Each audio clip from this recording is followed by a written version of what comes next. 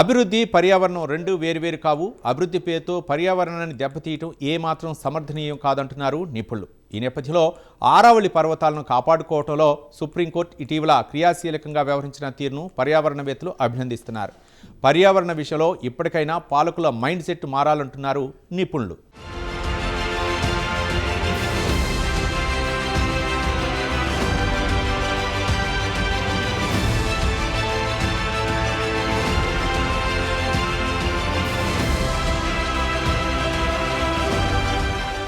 ఆరావళి పర్వతాలను కాపాడుకోవడంలో సుప్రీంకోర్టు ఇటీవల క్రియాశీలకంగా వ్యవహరించింది. ఆరావళి పర్వత శ్రేణులకు కేంద్ర ప్రభుత్వం ఇటీవల వచ్చిన కొత్త నిర్వచనంపై దేశవ్యాప్తంగా దుమారం చెలరేగిన సంగతి తెలిసిందే.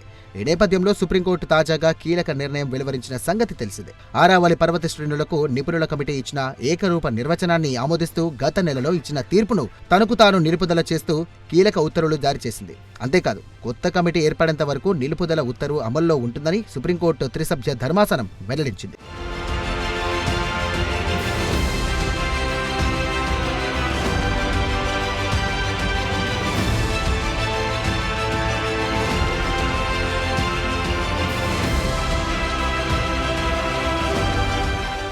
ఆరావళి పర్వత శ్రేణులకు సుప్రీంకోర్టు ఇచ్చిన నిర్వచనం ఏమిటో చూద్దాం. కేంద్ర ప్రభుత్వం నిర్వచనం ప్రకారం 100 మీటర్ల కంటే తక్కువ ఎత్తులో ఉన్న ఆరావళి శ్రేణులను ఇక నుండి పర్వతాలుగా గుర్తించారు. దీనివల్ల 100 మీటర్ల కంటే తక్కువ ఎత్తున్న వాటికి పర్యావరణ చట్టాల నుంచి ఏమాత్రం రక్షణ లభించదు. ఇక్కడ ఒక విశేషం ఉంది. ఆరావళి పర్వతాల్లో దాదాపు 90% పర్వతాలు 100 మీటర్ల కంటే తక్కువ ఎత్తులో ఉన్నాయని పర్యావరణవేత్తలు చెబుతున్నారు. అంటే 90% ఆరావళి ప్రాంతానికి పెనుముప్పు పొంచి ఉందన్నది ఎవ్వరూ కాదనలేని వాస్తవం. అయితే సుప్రీంకోర్టు సకాలంలో ఈ విషయంలో క్రియాశీలత కనబర్చి గతంలో ఇచ్చిన ఉత్తర్వులను నిలుపుదల చేసింది. దీంతో ఇప్పటికైతే ఆరావళి పర్వతాలకు ప్రమాదం తొలగిపోయినట్లే భావించాల్సి ఉంటుంది.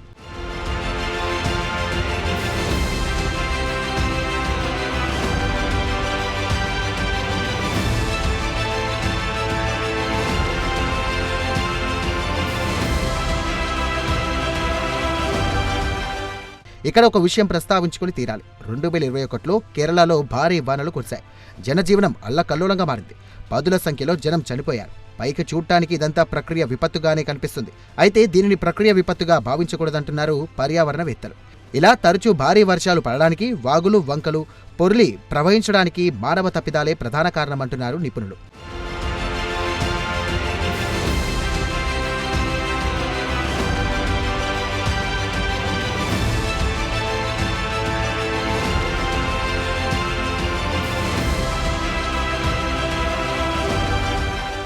వరదలకు సంబంధించి నదుల నిర్వహణ చాలా కీలకమైన అంశం. అయితే నదుల నిర్వహణను ప్రభుత్వాలు చాలా లైట్గా తీసుకుంటున్నాయి. దీంతో అనేక లోపాలు దొర్లుతున్నాయి.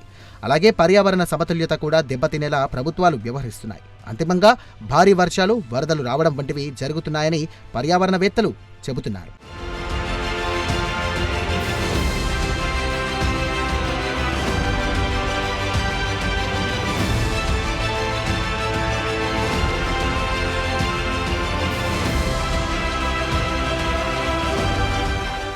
అలాగే కేరళలో అడవుల నరికివేత కొంతకాలంగా విచ్చలవిడిగా కొనసాగుతోంది.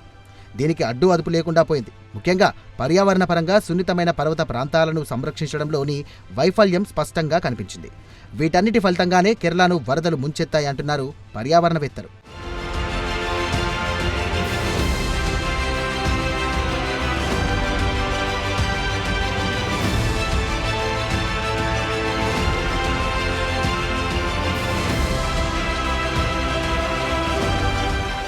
కేరళలో వరదల పరిస్థితిపై అధ్యయనం చేసిన పర్యావరణవేత్త మాధవ గాడ్గిల్ 2010లో తన నివేదికను ప్రభుత్వానికి అందజేశారు.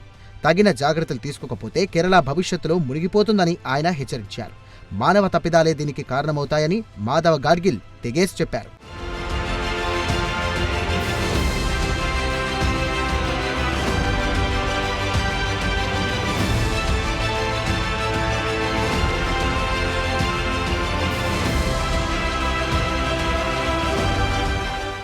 ఇందుకు మాధవ్ గాడ్గిల్ చెప్పిన కారణాల్లో మొదటిది క్వారీల్లో మైనింగుల నిర్వహణ.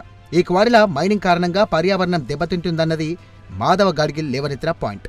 అభివృద్ధి పేరు చెప్పి క్వారీల మైనింగ్కు పాలకులు ఎడాపెడా లైసెన్సులు ఇస్తున్నారన్నది మాధవ్ గాడ్గిల్ ఆరోపణ. అలాగే కొండచర్యల్లో టూరిస్టులను ఆకట్టుకోవడానికి నిర్మిస్తున్న రిసార్ట్లు పర్యాటకానికి విధ్వంసకరంగా మారుతున్నాయన్నది మాధవ గాడ్గిల్ చెప్పిన మరో పాయింట్. అంతేకాదు వాన నీరు సముద్రంలోకి పోకుండా ఆనకట్టల రూపంలో అవరోధాలు ఏర్పడుతున్నాయని మాధవ్ గాడ్గిల్ చివరిగా ఒక కీలక అంశాన్ని ప్రస్తావించారు.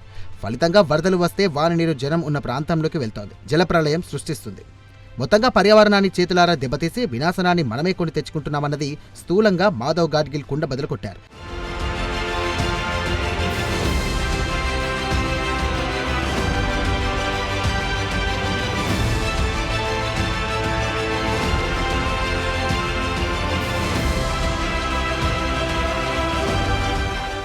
పర్యావరణం, అభివృద్ధి రెండు వేర్వేరు కావు. అభివృద్ధి పేరుతో పర్యావరణాన్ని దెబ్బతీయడం ఏమాత్రం సమర్థనీయం కాదంటున్నారు నిపుణులు.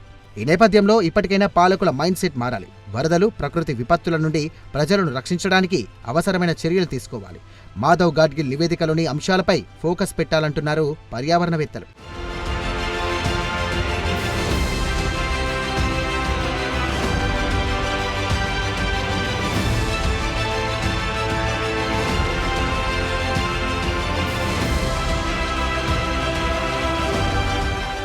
ఏది ఏమైనా పర్యావరణాన్ని పరిరక్షించుకోవడానికి సుప్రీంకోర్టు మరింత క్రియాశీలకంగా వ్యవహరించాలని ప్రజలు కోరుతున్నారు.